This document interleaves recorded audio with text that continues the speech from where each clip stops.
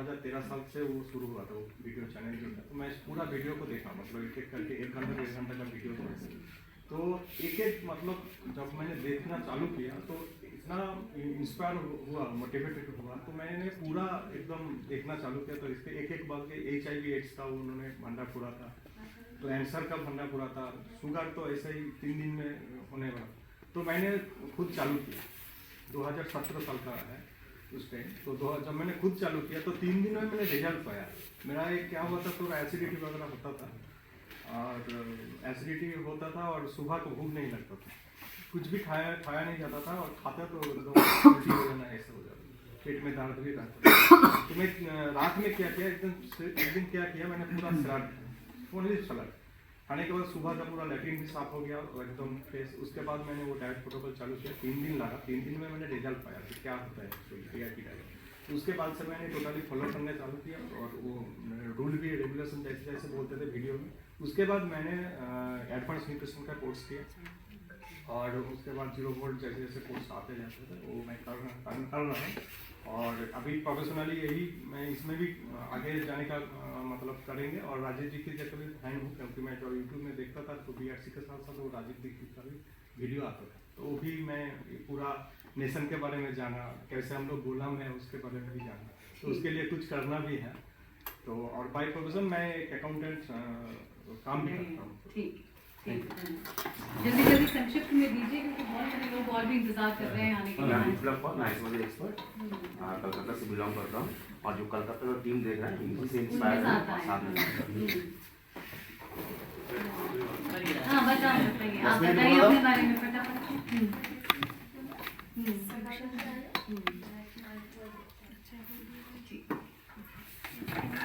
मेरा नाम छाया है, मैं पुणे से हूँ।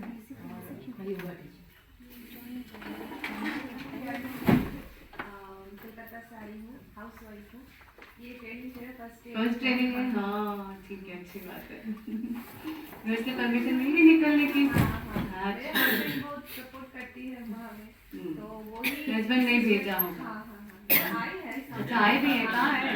नहीं, यहाँ अच्छा, छोटा बच्चा है 3 साल का, तो उसके होटल में रुके हैं। ओहो अच्छा। मैंने वो लास्ट में सुमन जी है ना, वो सुमन जी अपने 2 साल के बच्चे को घर में रख के आए हैं। अच्छा अच्छा, हाँ जी। हम भी छोड़ के आए 2 बच्चों को। अच्छा, 2 बच्चे डैड के सारे। अच्छा। हाँ, ऐसे मैं लखनऊ से आई हूँ। मैंने मीरा शर्मा है, टीचर है बेसिक शिक्षा परिषद।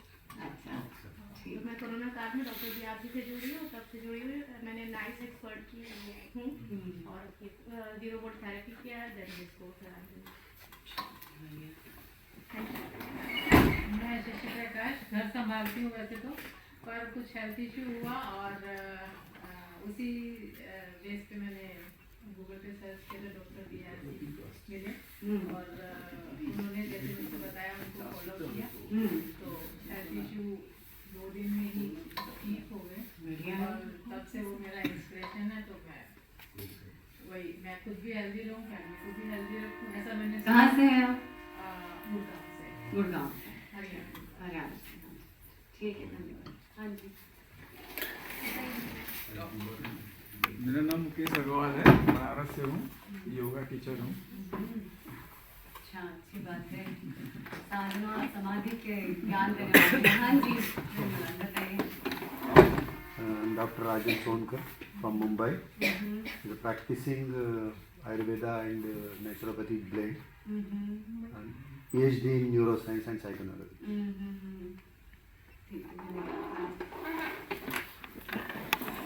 डॉक्टर राम कदम, पंढरपुर से हूँ, महाराष्ट्र से।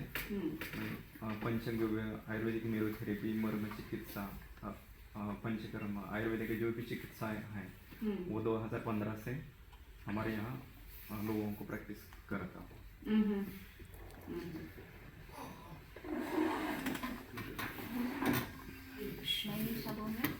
महाराष्ट्र। मैं एक टीचर हूँ, और क्या पढ़ाती हैं आप? पंढरपुर, महाराष्ट्र। नहीं, क्या पढ़ाती हैं? मैं सब सब्जेक्ट पढ़ाती, सब प्राइमरी टीचर टीचर थी, सब सब्जेक्ट पढ़ाती थी। पंचकव्य किया, मैंने टीचर को स्विच किया, और मैं डॉक्टर कदम के साथ अब क्लिनिक देखती हूँ।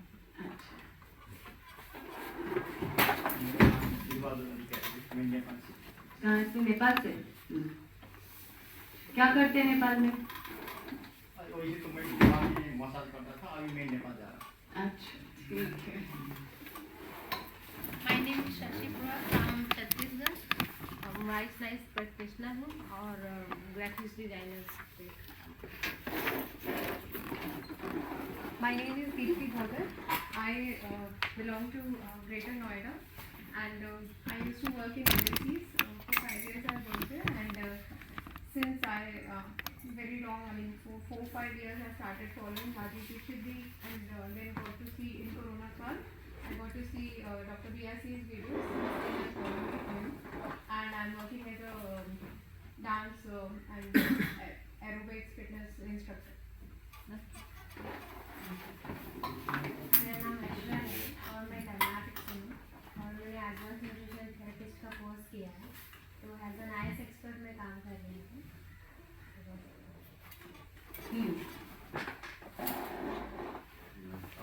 My name is Sangwa, and You're as from? of now, like from Arunachal, Where from Arunachal? West Kamen, Tenga Valley. So as of now, I'm a learner, and by profession, I'm a coach. What coach? Health coach. Mm-hmm. Yeah. So that's it.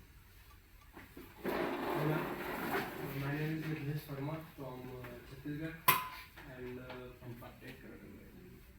बताइए। और PRC से बहुत inspire हूँ और nutrition का course भी कर रखा है और फिटनेस ट्रेनर भी हूँ। क्या बेस्ट इंस्पिरेशन मिली आपको? क्या आप उनके फैन हो गए? कि वो एलोपैथी के बारे में भी बोलते हैं और डिफरेंशिएट करते हैं। उनको फॉलो भी करते हो आप?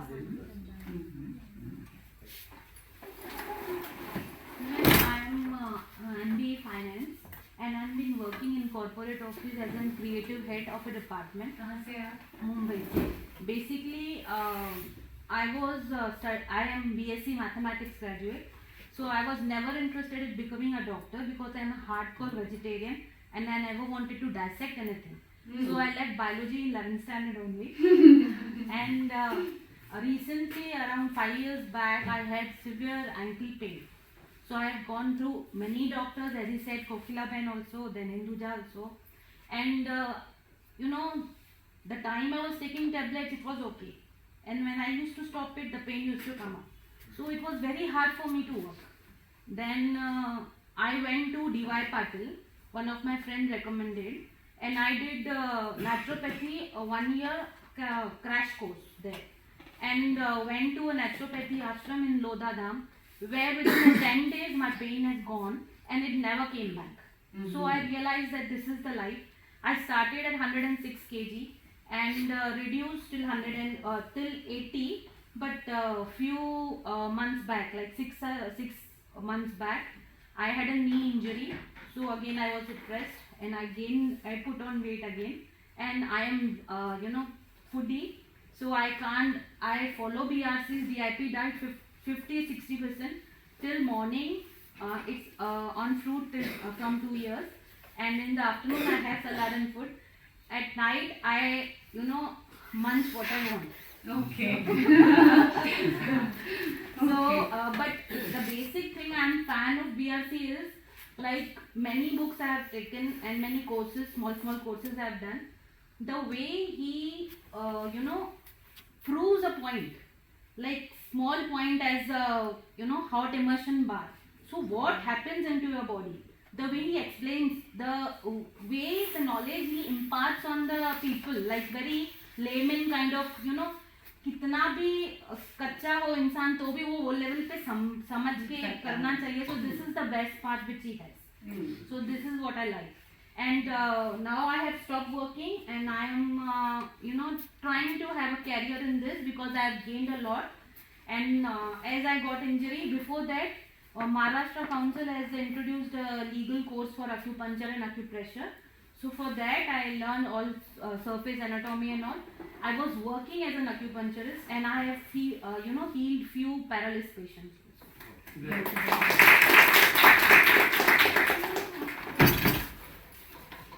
अनुप कुमार सावंत कलकत्ता से BSc एक्सरे टेक्नीशियन हम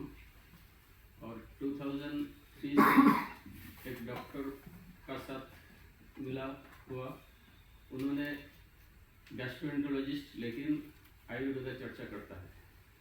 उन्होंने हमको इंस्पिरेशन दिया, ये अनूप तुम चरक संहिता पढ़ो, सुश्रुत पढ़ो, और भारतीय चिकित्सा ओरिजिनली मनुष्य आदमी को हील करता है, लेकिन एलोपैथी नहीं है। ऑफकोर्स उन्होंने MD गैस्ट्रोएंटरोलॉजिस्ट 2020 में विश्वरूप सर का क्लिप्स देखा, इसीलिए विश्वरूप के साथ जुड़ा गया और कुछ कोर्स किया। ठीक है, धन्यवाद, बहुत बहुत धन्यवाद आप सबका। समय बहुत कम है और आशा है आप सब एक दूसरे को भी जान गए होंगे। एक दूसरे को जानना पहचानना भी बहुत ज़्यादा ज़रूरी है। इकट्ठे आप लोग कोर्स कर रहे हैं और आयुर्वेद काफ़ी एक वास्ट साइंस है।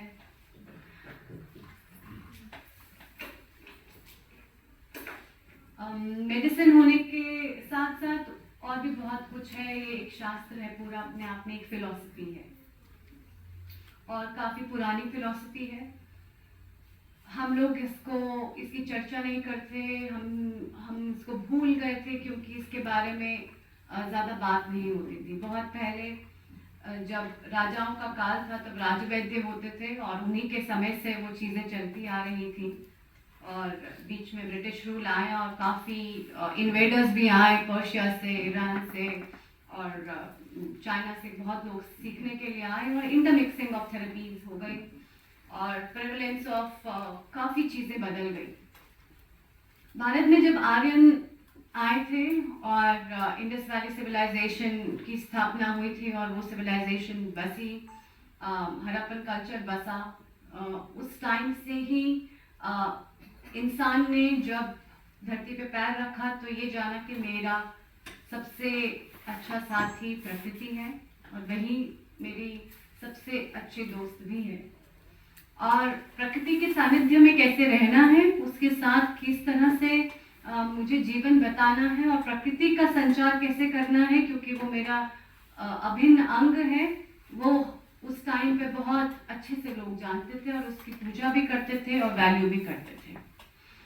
भारतीय शास्त्र में आप चाहे हिंदू शास्त्र ले लो या कोई भी शास्त्र ले लो, talking about any religion globally as well, क्योंकि जब से सूरज और चंद्रमा है तब से सृष्टि है और इनके कारण सृष्टि का अपना स्वरूप है और इसी के कारण उसकी अपना बेसिस है कि वो स्थापित हुई है। क्योंकि वो सृष्टि का नियम से चलने वाले ये सौरमंडल किसी पावर से इवॉल्व हुए हैं, इसीलिए हमने उनको एक भगवान का दर्जा दिया। और किसी भी रिलीजन में हर जगह सूर्यदेव या फिर बाकी सेलेस्टियल बॉडीज की पूजा अलग अलग समय पे बहुत ही महत्व रखती हैं, उनके अपने कल्चर में महत्व रखती हैं, उनके जीवन में महत्व रखती हैं और एज वाइज भी महत्व रखती हैं। और महत्व हम कब किसी को देते हैं? जब हम उनका मान करते हैं, जब हम उन्हें सम्मानित करते हैं और जब हम उनको एक्नॉलेज करना चाहते हैं उस चीज़ के लिए कि उन्होंने हमें क्या दिया। और उसी में सबसे पहले आता है ग्रैटिट्यूड। आयुर्वेद में होके मुझे थोड़ा सा वेद पढ़ने का भी मौका मिला। मैंने सोचा नहीं था मैं आयुर्वेद पढ़ूंगी, बट जैसे ही मेरा सिलेक्शन हुआ संस्कृत एकदम से आ गया। मैंने सोचा नहीं था संस्कृत पढ़ना पड़ेगा और मौलिक सिद्धांत आ गए और फिर धीरे धीरे ये जाना कि तो बहुत बढ़िया साइंस है, इसके आगे तो कुछ है ही नहीं, क्योंकि ये तो उसके बारे में बता रहा है जिससे हम खुद सृष्टि में आए हैं और जिसके थ्रू हमारा अंत भी होने वाला है, उसी के बारे में ज्ञान दे रहा है। तो इससे अच्छा तो कुछ है ही नहीं। ऊपर से व्हाइट कोट भी पहन लिया और पेशेंट्स को ठीक भी करने लगे, तो वो भी बहुत अच्छा मौका मिल गया और प्राकृतिक तरीके से लोगों को ठीक करने का मौका मिल गया। फिर ये सोचा कि अभी तो एग्जाम देने हैं तो चरक सुश्रुत तो पढ़ ही लो, पर बाद में अब इतने साल जब बीत गए और जब उन किताबों को अब हम दोबारा खोलते हैं तब भी उनमें से हमें इतना ज्ञान मिलता है जैसे हम पहली बार पढ़ रहे हैं, क्योंकि वो अतः ज्ञान के भंडार हैं। ऐसे ही ऋग्वेद पढ़ने का भी मौका मिला और मैं इतनी हैरान हुई वो देख करके कि उसका जो फर्स्ट चैप्टर है, जो प्रथम पृष्ठ है उसका वेद का, वो सूर्य भगवान को नमस्कार करने का सबसे पहला मंत्र के साथ आरंभ हुआ है वेद, जिसका सबसे अच्छा उदाहरण ये है कि देखिए जिन्होंने ये वेद लिखे, वेद व्यास ने लिखे और बाकी आचार्यों ने लिखे, उन्होंने सबसे पहला अपना एटीट्यूड क्या बताया? ग्रैटिट्यूड। उनको नमन करें जिनके कारण हमारा स्वरूप इस सृष्टि पे है और उन्हीं के कारण हमारा वास यहाँ पे है। इसलिए कुछ भी लिखने से पहले मैं उन सभी का नमन करना चाहता हूँ जिनके कारण मेरा यहाँ पे स्वरूप है और मैं ये लिख पा रहा हूँ। और यही आयुर्वेद का आधारभूत है। आज के टाइम में आयुर्वेद बहुत फेमस हुआ है बहुत तरीके से, बट जो उसके मौलिक सिद्धांत जिस पे पंच महाभूतों पे वो वास करता है और वो एक फाउंडेशन है, 5 एलिमेंटल थ्योरी, बहुत ही साधारण और सिंपल कंसेप्चुअल थ्योरी है। क्योंकि आप सभी किसी ऑर्गेनाइजेशन से जुड़े हैं, उनसे प्रेरणा लेते हैं, उनसे सीख रहे हैं और उनके डाइट को फॉलो कर रहे हैं जो कि सृष्टि के बारे में बताते हैं। और जब जब भी आप उस प्रकृति से जुड़ेंगे किसी भी तरीके से, आपको अपने आप रिकवरी होगी। इसका सबसे बड़ा उदाहरण हमारे आसपास जो जीव जंतु और पौधे मौजूद हैं, वो हमारे से बड़ा इंटेलिजेंट है। वो हम इंसान होके हमारे पास मस्तिष्क है और हम सोचते हैं कि हम बहुत इवॉल्व हैं, पर ऐसा नहीं है। मुझे लगता है चिड़िया और पक्षी और पौधे ज्यादा बुद्धिमती में ज्यादा बुद्धिमान है हमसे, हम उतने नहीं हैं। क्यों? क्योंकि हम हैं और उसको भोगते भी हैं, पर वो कभी सृष्टि के नियम को नहीं तोड़ते। उन्हें पता है सूर्यास्त हो जाएगा, दुनिया इधर से उधर हो जाए, कितनी नाइट पार्टीज हो जाए, पर मुझे अपने घोंसले में पहुंचना ही पहुंचना है। उनको कोई लेना देना नहीं है क्या है। उनसे जाके पूछिए आपको स्ट्रेस हुआ है कभी? आपके गार्डन में चिड़िया आती है, उससे पूछिएगा कभी। आपके पास पेट्स होंगे, गली में घूमते हुए कुत्ते आपको बताएंगे कितने वर्ड फेमस हो गए हैं वो डाउनवर्ड डॉग, अधोमुखा श्वानासना और ऊर्ध्वमुखा श्वानासना के नाम से। पर उनमें कोई अहम नहीं है और यही सबसे बड़ी बात है। और हमें देखिए, हमें छोटी छोटी बातों का अहम आ जाता है। यही आयुर्वेद है। उनसे पूछिए वो कितने फेमस है, उनके पोस्चर्स पे वो बेचारे जो अंगड़ाई लेते हैं और अपने मजे से। अंगड़ाई इंसान तभी लेता है जब वो एकदम स्वस्थ होता है और उसकी बॉडी का जो रिलैक्सेशन माइंड का मोड है वो तैयार होता है, वरना आप कभी अंगड़ाई नहीं लेते। आप कभी अपने आप को जज करिएगा। जिन जिन दिनों में आप स्ट्रेस्ड होंगे और स्ट्रेस होके उठेंगे, आप कभी अंगड़ाई नहीं लेंगे। और जिन जिन दिनों में आप रिलैक्स होंगे, काम के दौरान भी देखा लोग अंगड़ाई लेते हैं और उस अंगड़ाई को आपको सिखाया नहीं है। बचपन में माँ ने सिखाया था ऐसे हाथ ऊपर उठाना और ऐसे घुमाना और अंगड़ाई लेना, नहीं सिखाया, अपने आप आया। उसको अधोमुख श्वानासना किसी ने नहीं सिखाया, पर उस पर रिसर्च हो गई इतनी बड़ी। वो पिछले से पिछले योगा डे का आइकन था, यूएसए में ऊपर बैनर लगे हुए थे उसके नाम के और उसको कोई अहम नहीं था। और इसी तरह जो मुस्कुराहट आपने मुझे अभी दी है, वो भी ईश्वर की बहुत बड़ी देन है। और वो मुस्कुराहट ऐसे नहीं आती। आजकल तो लोग पैसे देते मुस्कुराहटें खरीदने के लिए, है ना। तो कोई इंस्टाग्राम पे आने के लिए, तो कोई यूट्यूब पे आने के लिए, तो कोई लाफ्टर योगा के लिए पता नहीं कितने कितने करोड़ों के पैसे देने पड़ते हैं। किस मुस्कुराहट के लिए? उस मुस्कुराहट के लिए जो आपको एक नवजात शिशु सिखाएगा कि मुस्कुराहट कैसे आती है। जैसे कभी आपने पूछा कि आपने कहीं से सीख के आए हैं? से अपने आप आती है, और उसी को देख करके परिवार के सारे लोग खुश हो जाते हैं। आप सोचिए, और वो कहाँ का गिफ्ट है? वो सृष्टि का गिफ्ट है, इसीलिए वो खुश है। और हमने उसके उस पे इतने उधेड़ बुन डाल दिए कि अब बोला अब हंसो, अब जबरदस्ती बांध दिया, बोलो अब हंसो। और फिर वो STRESS नाम का एक बैनर लगा दिया। आपको पता है वो क्या होता है? स्ट्रेस। आज की सबसे बड़ी भयंकर और कॉन्टेजियस बीमारी है। अपने आप को ना भी हो फिर भी दूसरे से हो जाता है।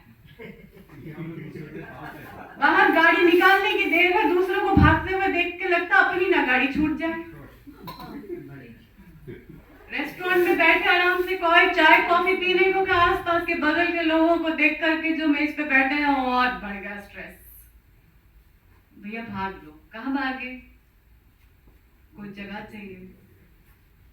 फिर कोर्स के लिए जाइए, मेडिटेशन के लिए जाइए, टूरिस्ट प्लेसेस हिल स्टेशन भरे पड़े हैं इससे, रिट्रीट सेंटर्स भरे पड़े हैं इससे। क्यों? क्योंकि मुझे स्ट्रेस फ्री होना है। पर वो स्ट्रेस कैसे आया और वो कौन लेकर आया और वो कैसे दूर होगा? उस छोटे बच्चे को पूछना, आपको पता है? उसको कोई नहीं पता, वो अपने में मस्त है। अभी हमारे यहाँ कुछ ही दिन पहले नए बच्चे आए हैं आयुर्वेद के, और वो रंगोली कंपटीशन बना रहे थे, तो हमारे डिपार्टमेंट के बाहर भी बहुत सुंदर रंगोली बनाई। और थोड़े दिन पहले ही माली ने आके उस पर पानी दे दिया, और यहाँ पे एक छोटी सी बच्ची है, वो खेलती रहती है, उसने आकर के इतना अच्छा उसको रंगीन किया और अपने आप को भी रंगीन किया कि मैं सोच रही थी कि ये अच्छी खुशी है, सबसे अच्छी। कोई चिंता नहीं है, कोई बॉर्डर नहीं है, कोई बाउंडेशन नहीं है, आप अपने में मस्त हैं। और वही चीज आयुर्वेद और बाकी सारी नेचुरल पद्धतियां आपको याद दिलाती हैं। बस जो आयुर्वेद में बहुत पहले ये श्लोक मुझे बोला टीचर ने कि आप लर्न करो और अटेंडेंस से पहले सुनाना है। स्वस्थस्य स्वास्थ्य रक्षणम आतुरस्य रोग प्रशमनम च। चरक का बहुत ही फेमस श्लोक है ये उसका मूलभूत ऑब्जेक्टिव को बताता है। स्वास्थ्य स्वास्थ्य रक्षण, स्वस्थ व्यक्ति के स्वास्थ्य को रक्षित कैसे करना है, अपने हेल्थ को रिस्टोर कैसे करना है, उसका ज्ञान लेना। और आतुरस्य रोग प्रशमन, रोगी के रोग को दूर कैसे करना है, उसका ज्ञान लेना ही जीवन का सार है। और उससे ऊपर सुख आयु को भोगना। सुख आयु को कैसे भोगेंगे? जब आत्मा और परमात्मा के साथ मिलन से पहले जो आत्मा हमारे अंदर है उसको हम निर्मल रखेंगे।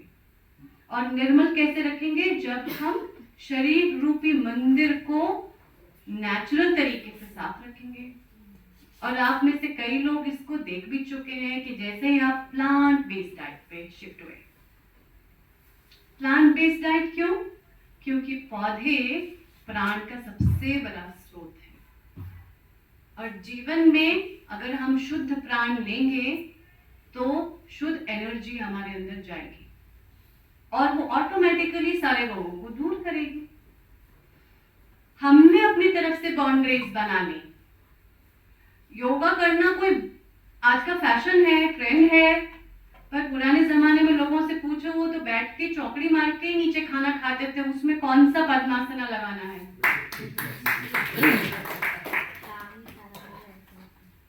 और बच्चों से पूछो, अच्छे अच्छी भले योगा तो वही कर लेते हैं।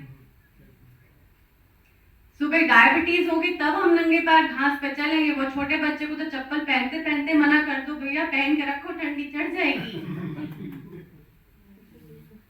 क्योंकि पृथ्वी से उसको ऊर्जा मिल रही है और उस पृथ्वी का स्पर्श जब पैर के तलवे से होता है तो जो ऊर्जा उसको मिलती है उससे वो प्रफुल्लित होकर के इधर उधर घूमता है।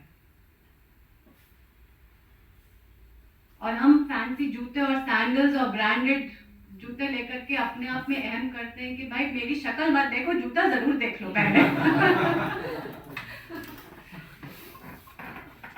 नहीं भी होगा तो पैर ऐसे कर करके दिखाएंगे कि नजर तो जाए कम से कम। इतने हजारों लगा दिए।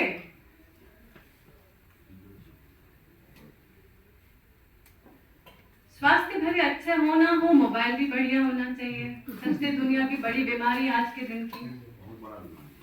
ईश्वर को याद करे ना करे, मोबाइल की घंटी और मैसेज जरूर याद आ जाना चाहिए। और अगर नहीं आया तो वही स्ट्रेस का बड़ा कारण बन गया मेरा। और इसीलिए आज के युग में मेंटल हेल्थ एक बहुत बड़ा कंसर्न हो गया है।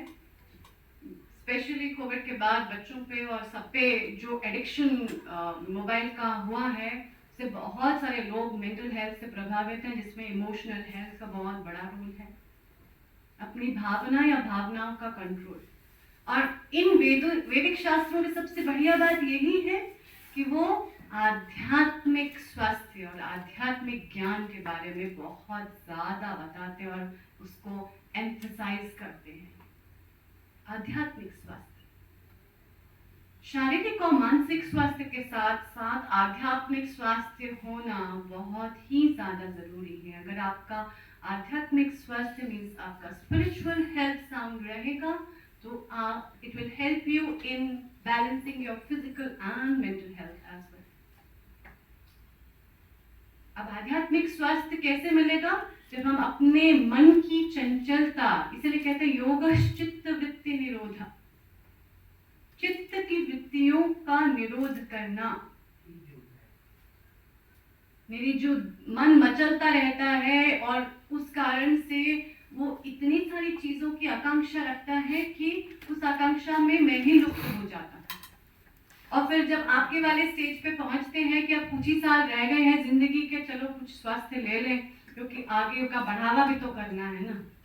जैसे आपने बोला पॉलिसी सिक्योर कर लो, पहले फाइनेंस डिपार्टमेंट संभाल लो, उसके बाद अपने जीवन पे लगो कि अब भगवान जी अब यहाँ तक पहुंच गए हैं 60 की उम्र में, तो 2-2 का बोनस मिलता जाए तो कृपा होगी। और इस चीज को उस दौर से ना शुरू करके शुरू से ही अगर बच्चों को ही हम इस बात का ज्ञान दे दें तो बताइए कितनी बढ़िया जिंदगी हो जाए। एक बच्चे को भी इसका पता हो कि मैं अपने आप को कैसे ठीक कर सकता हूँ और मुझे हुआ क्या है, तो उनको बहुत अच्छा माध्यम मिल जाएगा उसको क्योर करने का। और मोबाइल का एडिक्शन अगर क्यों पूछे आप सुबह उठ के क्या पहले देखते हैं? मोबाइल। रात को सोते समय लास्ट चीज क्या है? मोबाइल। अब मोबाइल सबसे बड़ा फ्रेंड हो गया। लोगों को एंजाइटी हो जाती है अगर मोबाइल गायब हो जाए। अभी आप देखिएगा मेरी क्लास खत्म होगी सबसे पहले आप क्या देखेंगे? मोबाइल। क्योंकि मन में एक विचार बार बार चल रहा है, अब क्या नया मैसेज, अब क्या नया कॉल, किसी ने कुछ याद तो नहीं किया, किसी ने कुछ बताया तो नहीं, वो पुराने जमाने में नहीं था। बहुत ही शांत जिंदगी, सुबह के सूर्यास्त से शुरू करें, सूर्योदय से शुरू करें, सूर्यास्त पे खत्म करें, वही दिनचर्या है। ऋतुओं के हिसाब से भोजन करना, ऋतुओं के हिसाब से रहन सहन करना, वही ऋतुचर्या है। और इन्हीं के प्रिंसिपल्स पे पंच भौतिक सिद्धांत निर्धारित है। और उन्हीं पंच महाभूतों के साथ अगर हम चलें तो हम नियमों का पालन करते हुए अपने आप को स्वस्थ आराम से रख सकते हैं। कोई दवाइयों की जरूरत नहीं है, क्योंकि सर्वद्रव्यम औषधम करके एक सूत्र चरक में बहुत अच्छे से बताया है। सभी द्रव्य, कारण और अकारण द्रव्य, कारण अकारण द्रव्य जो कि आपके भोजन जीव जंतुओं से संबंधित है और आपके पंच महाभूत और आत्मा से संबंधित है, वो सभी द्रव्य जो है वो औषध का काम कर सकते हैं। और वो औषध का काम कब करेंगे? जब हमें उनके साथ उनकी समझ होगी, उसका ज्ञान होगा और उनके स्वरूप को हम वैल्यू करेंगे। हम अपने लिए बिल्कुल टाइम नहीं निकालते ना, क्योंकि उसका मैसेज आया नहीं आया वो डिपेंड करता है मोबाइल पे। घंटी बजी नहीं बजी, ब्लू टिक हुआ कि नहीं हुआ, अच्छा हुआ ही नहीं, और हो भी गया तो अभी तक जवाब ही नहीं आया। कितनी चंचलता है। जवाब क्यों नहीं दिया होगा? देना नहीं चाहते हैं कि बात नहीं करना चाहते हैं। अब सोचिए कितने सारे विचार एक छोटे से विचार के साथ। फेसबुक पे कमेंट्स नहीं आया, कमेंट्स नहीं आया, लाइक्स नहीं आया, अरे वो छोड़िए, अननेसेसरी इतने ग्रुप्स का बर्डन है कि कोई न्यूज का मुझे दुनिया भर से कोई लेना देना नहीं है, पर वो मैंने पढ़ा और मेरे मस्तिष्क में वो घर कर गए। किसी एक से मैं बात कर रही थी पेशेंट से, और वो मुझे कहती कि मैम मुझे परिवार में तो कोई दिक्कत नहीं है और घर पे भी कोई ऐसा कोई दिक्कत मेरे साथ तो नहीं है, पर मैं अगर कोई भी न्यूज़ पढ़ लेती हूँ और वो ऐसी खराब है, जैसे इजराइल में लड़ाई चल रही है, यूक्रेन में लड़ाई चल रही है, वो देख लिया, मेरा सारा टाइम दिमाग वहीं घूमता है। अब बताइए, किसी तीसरे घर में आग जल रही है, आपने अपने ही घर जला डाला ये सोच सोच के कि पता नहीं क्या है। This is called as contagious stress. You acquired a stress from some information जिससे आपको कोई लेना देना नहीं था, but it has created a mental disorder in your mind. अब कसूरवार कौन? मैं खुद। क्योंकि मेरे को जो पंच इंद्रियां, वैसे तो 11 इंद्रियां हैं हमारे शरीर में, और उसमें मन सबसे बड़ी इंद्री मानी है, उनका हमने यूज नहीं किया प्रॉपरली। हमने वही चीज देखी जो कि खराब है, पर उससे ज्यादा अच्छी चीज भी है। और जब जब आप उस चीज से दूर रह के नियम का पालन करेंगे, जो कि किसी को बताने की जरूरत नहीं है, अगर आप अपने बच्चों की किताबें, मैं कहती हूँ, वो मॉरल साइंस में बचपन में पढ़ते हैं ना, धर्मशास्त्र वही सब बताया है, उसी को ही फॉलो कर लेंगे तो बिना पैसे दिए ही सब कुछ हो जाएगा। बच्चों से पूछो, वो आपको इमीडिएटली बता देंगे, पर हम वो नहीं कर पाते। दूसरी इंपॉर्टेंट बात मुझे अपनी डिपार्टमेंट की तरफ से ये भी कहनी है कि आज के टाइम में जो हम लोग काम कर रहे हैं औषधियों पे, हमने ये देखा है कि बहुत सारी औषधियां लुप्त हो रही हैं। इसलिए क्योंकि कोविड के बाद औषधियों की बाढ़ आ गई, जैसे यूट्यूबर्स की बाढ़ आ गई है ना, ऐसे हर एक कोई जड़ी बूटी बेचता है। देखा है आपने, ये पी लो उससे वो हो जाएगा, वो खा लो उससे वो हो जाएगा, पर हर दवाई हर तरह से लेना भी सही नहीं है, बिना डॉक्टर के गाइडेंस के और अपनी किसी रियल प्रैक्टिशनर के गाइडेंस के अगर आप लेंगे तो उसके नुकसान भी हो सकते हैं, because excess of everything is bad. Pranayama से मरते हुए भी लोगों को मैंने देखा है, बहुत ज्यादा प्राण ले लेंगे तो हाइपरवेंटिलेशन हो जाता है, जिस कारण से लोगों को कार्डियक अरेस्ट भी हो जाता है। पानी भी पीना चाहिए, पर बहुत ज्यादा पानी पी के भी लोग मर जाते हैं। हर चीज का लिमिट होता है, और उसको कब कैसे किस तरह से ग्रहण करना है वो भी लिमिट है। और तीसरी बहुत इंपॉर्टेंट चीज, आपका खाना उतना ही पर्सनल है जैसे आपका पहनावा। आप अपने हिसाब से चॉइस से पहनते हैं ना, आज मुझे ये से लेना है, ऐसे लेना है, मुझे ये पहनना है, वो पहनना है। इसीलिए घर पे देखा 4 लोग खाना खाते हैं, सबका अपना अपना चॉइस है। किसी को नमक कम लगता है तो किसी को नमक ज्यादा लगता है, किसी को मिर्ची के साथ लेना है तो किसी को अचार के साथ लेना है, किसी को वही चीज स्वाद लगती है, किसी को बेस्वाद लगती है। बस इसीलिए जो आहार का नियम है वो रूल कंबाइंड रूल नहीं रहता। आपको अपने साथ क्या चीज बेस्ट लगती है, आपकी बॉडी पे क्या चीज सातम्य रहती है, वो आपके अपने पंचभौतिक संगठन पे निर्धारित रहता है। इसलिए आपको किस चीज से आराम, कई बार आपने देखा होगा किसी को सर्दी खांसी है, उससे झटपटी आराम मिल जाता है, तो कईयों को बहुत ज्यादा जुकाम बुखार भी हो जाता है। कईयों को सिर्फ एक काढ़ा पीने से और गर्म पानी पीने से ही आराम मिलता है, कईयों को दवाई खाने के बाद भी आराम नहीं मिल पाता। ये सभी चीजें इसी का आधारभूत है कि मुझे अपने अंदर क्या क्या काम करने हैं और किस तरह से अपने आप को साफ रखना है। उसमें आपके विचारों की निर्मलता, आपके आचार की निर्मलता, आपके आहार की निर्मलता, वो सभी पैरामीटर्स बेस रहेंगे। बिकॉज औषधियों के पौधे और जितने भी हमारे पौधे हैं वो काफी ज्यादा कंजर्वेशन मोड पे हमें रखने की जरूरत है। इसलिए मेरा आपसे आग्रह है कि जो सीजनल फ्रूट्स और वेजिटेबल्स हैं उसको आप खरीदिए, उसी को घर पे भी ज़रूर लगाइए, और औषधीय पौधे भी घर पे लगाइए और अपने आसपास के लोगों को भी बोल दिए। अब बंगाल से आप लोग सभी कोलकाता से कितने लोग आए हैं, कोलकाता में आपके आसपास कितने औषधीय पौधे हैं, उसको अगर आप लगाएंगे और उसी का संचार करेंगे तो शायद हम जो हमारे बच्चे हैं उनके लिए आप काफ़ी वेल्थ छोड़ के जाने वाले हैं, पर शायद उनको सांस लेने के लिए प्राण भी ना बचे। तो अगर हमें वो उनको लेगेसी देनी है तो हमें अब काम करना पड़ेगा, और शायद यही हमारा योगदान सृष्टि के प्रति हुआ। आंदोलन में हर कोई काम करता है ना अपना योगदान, तो ये भी एक आंदोलन है, क्योंकि हमने अपने ही कारण इतना ज्यादा कंक्रीट का बाजार खड़ा कर दिया है और गैजेट्स का बाजार खड़ा कर दिया है। आप अगर सोचें कि आज के टाइम में इलेक्ट्रॉनिक गैजेट्स का wastage in coming times will be one of the very big wastage, जिसके पॉइजनस इफेक्ट्स हमारी धरती पे हमें पॉल्यूशन के तौर पे नजर आने वाले हैं। और अगर उस चीज को हमें बचाना है तो हमें सृष्टि को उसी रूप में लाना होगा। जीव जंतु जानवर और पशु पक्षी उसी प्रकृति में रहना चाहते हैं, इसीलिए वो हमारे आसपास नहीं आते हैं, हमने उन्हें खराब कर दिया है। आपने देखा कोविड के टाइम में जब हम बंद हो गए थे और वो आजाद थे तो वो सड़कों पे आ गए, उनको लगा कि मेरी सृष्टि पूरी मेरी ही है, हमने उन्हें बंद कर दिया। एक बड़ी मुझे हैरानी हुई कि रोज मैं देखती थी हमारे कंपाउंड से एक साहिब जी अपने कुत्ते का मुंह बंद करके चले होते थे, और अब कोविड के टाइम में उनका मुंह बंद था और उसका खुला हुआ था और वो जा रहे थे। काल चक्र,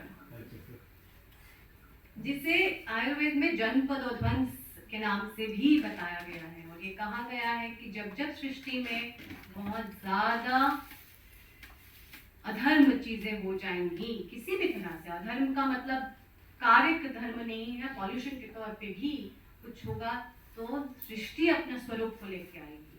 और वो इतना सा माइक्रो ऑर्गेनिज्म वायरस ने तहलका मचा दे सारी दुनिया में। सोचिए कितना शक्तिशाली है सृष्टि। कोरोना वायरस की बात कर रहे हैं? हाँ जी, तो मान ये गॉड है तो पूरा पूरी फेक। आप मत ही माने। अच्छी बात है ना, अच्छी बात है, पर अगर वो जुकाम की वायरस भी हो या कोई भी वायरस हो, तो बताइए ना।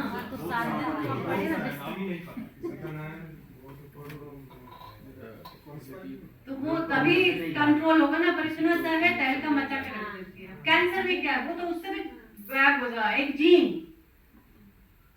मल्टीप्लिकेशन हो गया और वो भी हमारे अंदर मेडिकल इंडस्ट्री ने ऐसे बात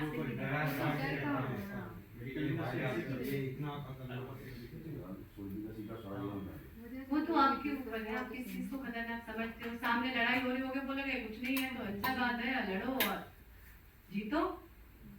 आपका अपने आचार विचार है कि आप क्या सोचते हैं किसी चीज के बारे में, आपका पर्सनल बिहेवियर है, एटीट्यूड है किसी चीज के लिए, और पॉजिटिव होना बहुत जरूरी है। बीआरसी सर ने डर भगा दिया। नहीं तो हम लोग भी शायद हम लोग भी अमृत ले लेते या मास्क पहनते या संजय कुछ नहीं किया। अच्छी बात है, मुझे बड़ा नहीं हुआ। अच्छी बात है। मैं इस उसमें नहीं जाना चाहती, पर मैं जनरली बता रही हूँ कि सृष्टि से पास आप जितना रहेंगे, सृष्टि को फॉलो करेंगे, उसी के नियमों के ज्ञान जितना आपको होगा, वही आयुर्वेद का मूल मंत्र है। मैम आप वैक्सीन मानती हैं? हाँ, मैं वैक्सीन मानती हूँ। मैंने बच्चों को अपनी वैक्सीन दी है जो देनी चाहिए उस टाइम पे।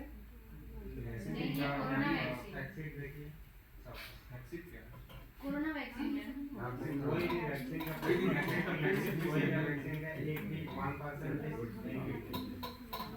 देखिए, हाँ जी, आप क्या कहना चाहते हैं? हाँ, जैसे कि आप आयुर्वेदिक डिपार्टमेंट से है, लेकिन अभी आप वैक्सीन मानते हैं, साथ में अभी बोलना तो वैक्सीन अभी नहीं, तो हमारे आयुर्वेद विभाग से हो तो मेरे को वैक्सीन मानना नहीं चाहिए। नहीं, ये बोल रहा हूँ, वैक्सीन का नेचुरल वैक्सीन अलग है जो आयुर्वेदिक के हिसाब से, तो वो शायद हमें मानना चाहिए, लेकिन ये कृत्रिम वैक्सीन है तो हमारी इम्यूनिटी कृत्रिम बनाता है, तो इसलिए मैंने आपने कौन सा वैक्सीन बोलना हमारे कंफ्यूजन ना हो जाए, इसलिए मैंने कृत्रिम वैक्सीन मतलब कि जो एलोपैथी के बनाए। मैंने बच्चों को जो वैक्सीन दी है वो तो दी है ना, जो बच्चों को देते हैं उस टाइम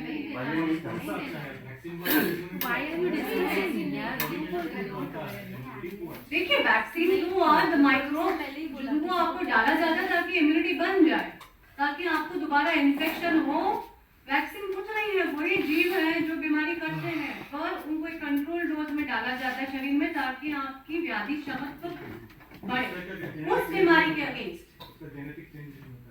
नॉर्मल वैक्सीन का तो ऐसा कुछ भी नहीं होता है। इतने सालों से इतने सारी पीढ़ियां लेती आई हैं, जो BCG की है, पोलियो के ड्रॉप्स जो देते हैं जन जन में। मैम अमेरिका में ब्रांड है जो हमारा ओवरऑल पोलियो चलता है। देखिए अब मैं इस बारे में नहीं जाना चाहती हूँ, पर मुझे तो ये लगता है मैम देखिए एक मिनट रुकिए। वैक्सीन अप्लाई की है बिल गेट्स, वो अपने बच्चों को खुद नहीं दिए, प्रेस में बोले हैं। अच्छा एक सेकंड रुकिए। अगर मैं कोई चीज मैंने अपने बच्चों को बहुत पहले दी तो उसका ये मतलब नहीं है कि मैं सृष्टि के नियमों से अलग हो गई, नहीं है। दूसरी बात, क्या चीज नॉर्म्स जो गवर्नमेंट ऑफ इंडिया की तरफ से आते हैं, ठीक है, और जो लीगल है, प्रोसीजर्स दिए हैं, ठीक है, किसी की सेफ्टी के लिए दिया है, उस नॉर्म्स पे बहुत ज्यादा रिसर्च हुई, क्योंकि मैं खुद रिसर्च इंस्टीट्यूशन से बिलोंग करती हूँ, ठीक है, और वो रिसर्च के बाद अगर वो चीज लिया गया है, अब इससे ज्यादा केमिकल्स तो लोग वेफर्स और चिप्स और पिज्जा बर्गर में खा लेते हैं। आप मुझे ये बताइए, अब आप मुझे बोलेंगे मैं तो वो नहीं खाती हूँ, अब आप मुझे बताइए मैं आयुर्वेद की तरफ हो गई अगर मैं वो नहीं खाती हूँ तो, ठीक है। और मुझे लगता है कि भोजन में आपको ज्यादा पैसा खर्च करने की जरूरत नहीं है। सुपर फूड्स के ऊपर तो बहुत सारा रिसर्च हुआ है, पर भोजन में आपको सिर्फ दाल रोटी भी बहुत है आपके लिए। तो अगर मैं दाल रोटी खाती हूँ तो मैं आयुर्वेदिक हो गई, और अगर मैं थाली पे खाती हूँ तो वो बदल गया, ऐसा कुछ नहीं है। देखिए इट इज वेरी इंपॉर्टेंट, इसका भी ज्ञान आयुर्वेद में बताया है। आप किस पूरे पहलू को लेकर के किसी के बारे में धारणा बनाना, किसी भी इंसान के बारे में, किसी भी चीज के बारे में धारणा किसी एक पहलू के ऊपर कभी भी नहीं बनानी चाहिए। उसकी पूरी चीज को जान करके आप माँ बच्चे को थप्पड़ मार देती है, पहले चोटी पे खड़ा कर देते थे, उसका ये मतलब थोड़ा ना कि वो क्रूरता दिखा रहे हैं। उनका वो करना किसी चीज के अच्छे एम के प्रति था। मेरे बच्चों के मुझे संरक्षण करना है, इतने सालों से गवर्नमेंट ने कोई नॉर्म्स बनाए हैं, उसके हजारों पेपर्स हैं, उसके ऊपर अगर मैंने अपने बच्चों का स्वास्थ्य को बचाने के लिए वो किया और आज मैं उनको पिज्जा बर्गर नहीं खिलाती हूँ, तो इससे मेरा आयुर्वेदिक होना या एलोपैथिक होना निर्धारित नहीं होगा। इसीलिए कोविड का जो एक टॉपिक है बहुत कंट्रोवर्शियल टॉपिक है, राइट, उस पर बहुत सारे वो है, क्योंकि उस पर बहुत सारे रिसर्च की भी बहुत जरूरत है। इसीलिए मैं इस समय आपको अभी कुछ नहीं इस बारे में बता सकती, पर कभी हम कुछ सालों बाद शायद मिले, जिंदगी फिर मिलवाए और कुछ कहने को हम फिर बताएं आपको। पर उसमें भी आप प्राकृतिक रूप से काफी लोग बचे हैं, हमने काफी काढ़े भी लोगों को पिलाए हैं और खुद पे भी पिए हैं और आज भी पीते हैं। तो मैंने तो चेक भी नहीं किया कि बुखार में कोविड हुआ है कि नहीं हुआ है, ठीक है, हो गया है, दवाई खाया है, अपना औषधियाँ लिया है, ठीक हो गए स्वास्थ्य और मानसिक संतुलन बना के रखते हैं। एक चीज मैं इसको कहना चाहूँगा, जो भी वैक्सीन वाली बात, मैं भी योग और नेचुरोपैथी से और काफ़ी स्टडीज में हमने भी किया है, हमारा क्लिनिक्स है, नेचुरल काम करते हैं। तो जो वैक्सीन की बात है, जैसे आपने कहा वो जैसे काम करते हैं, नो डाउट वो वैसे ही काम करता है, बट कहीं ना कहीं वो एक एलोपैथी का अपना इंटरवेंशन है, उनका अपना रिसर्च है। आपने कहा जैसे रिसर्च बहुत सारे हैं, नो डाउट बहुत सारे रिसर्च, एलोपैथी का अपना रिसर्च होता है, बहुत सारे हो रहे हैं, पहले भी हुए हैं, होते भी रहे हैं, उनका एक अपना ट्रीटमेंट्स का प्रोटोकॉल है। बट योग और नेचुरोपैथी क्या कहता है, हम एक्चुअली मैक्सिमम लोग शायद वहीं से मोटिवेटेड हैं, आयुर्वेद से, योग से, नेचुरोपैथी से। हमने कुछ सीखा है और कुछ पढ़ा है, उस पर हम कुछ सिद्धांत पे चलने का प्रयास करते हैं। तो एक्चुअली यहाँ मैक्सिमम लोग इंटीग्रेटेड है, जो अलग अलग फील्ड से अलग अलग नॉलेज से हैं, बट मैक्सिमम लोगों का नॉलेज इंटीग्रेटेड है। तो योग, आयुर्वेद और नेचुरोपैथी से जो सिद्धांत है वो जो कहता है, हम उसकी अगर बात करें तो कभी भी जो एलोपैथी के जो सिद्धांत है उससे वो टैली नहीं करता है। वहाँ पे जो वैक्सीन के जो कॉन्सेप्ट बताए जाते हैं और हमारे जो कॉन्सेप्ट है, हम अगर मैं योग की ही बात करूँ, पिछले 15 साल से मैंने योग का प्रैक्टिस किया है, काफ़ी स्टडीज किया है, तो वहाँ पे हम इम्यूनिटीज़ की बात करते हैं, अपनी बॉडी की इम्यूनिटीज़ की। अगर वैक्सीन हम लेंगे, नो डाउट कि वहाँ हम इन्फ्यूजन कर रहे हैं। हाँ हाँ बस आ रही हूँ, फिनिश कर रही हूँ। हाँ हाँ बुला लेंगे, 2 मिनट में बुला। ठीक है।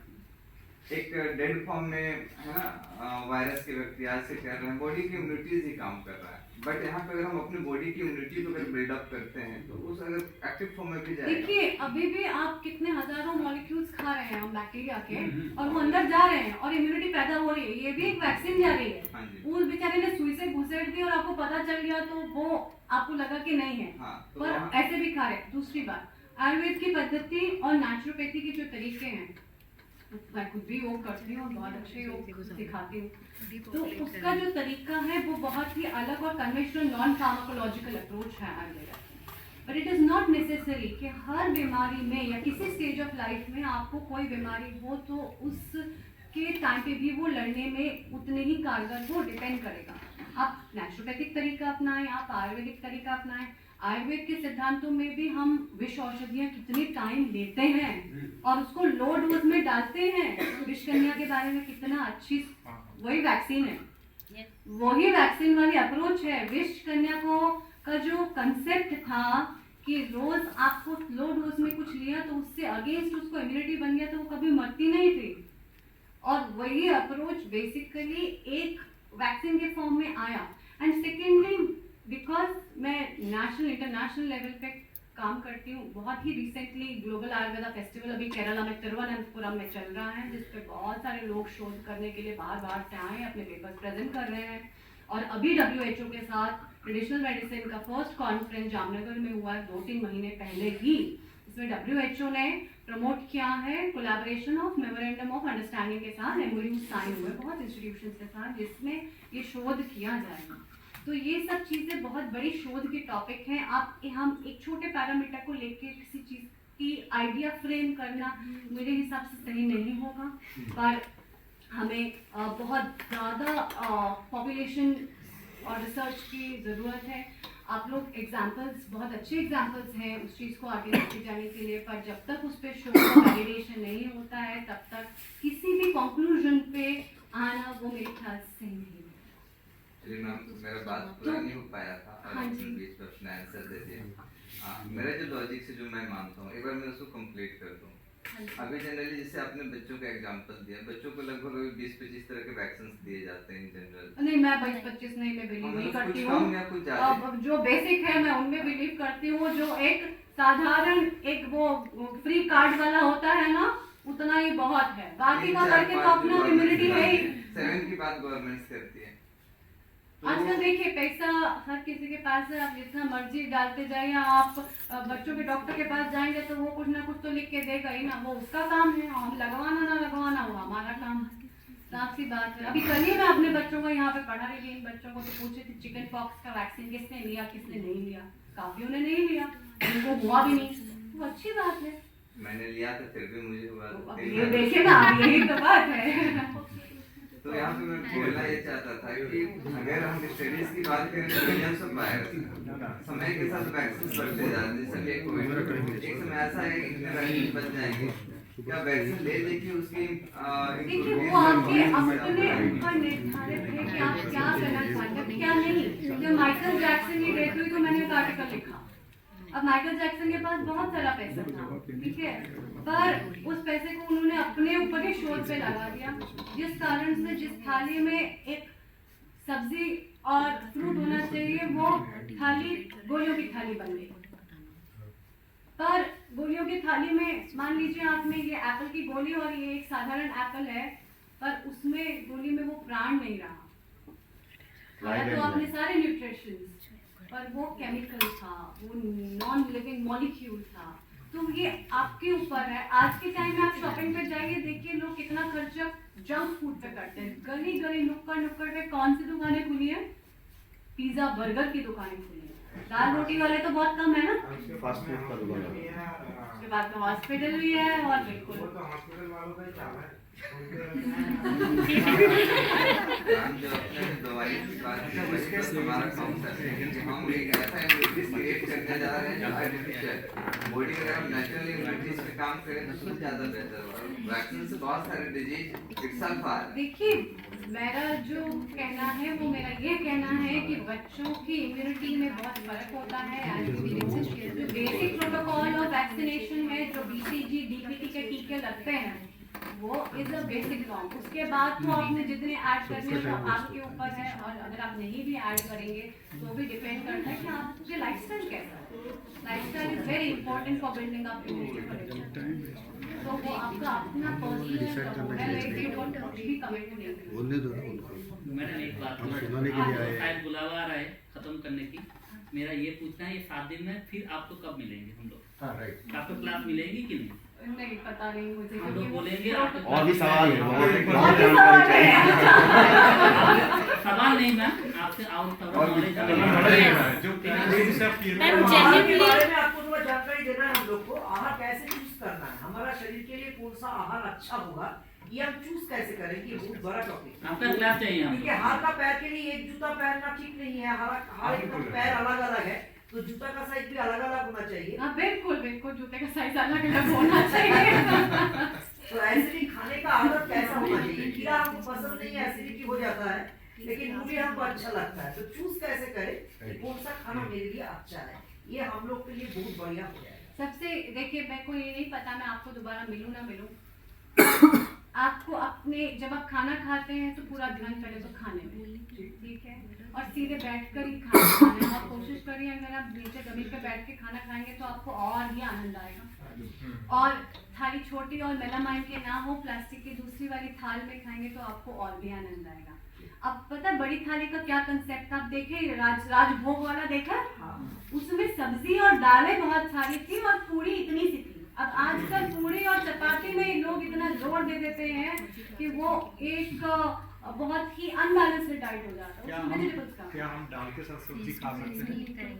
हाँ, दाल के साथ सब्जी तो खा ही सकते हैं, प्रोटीन एंड वेजिटेबल्स। कल के बोलो ना। चलिए ठीक है, बहुत बहुत धन्यवाद।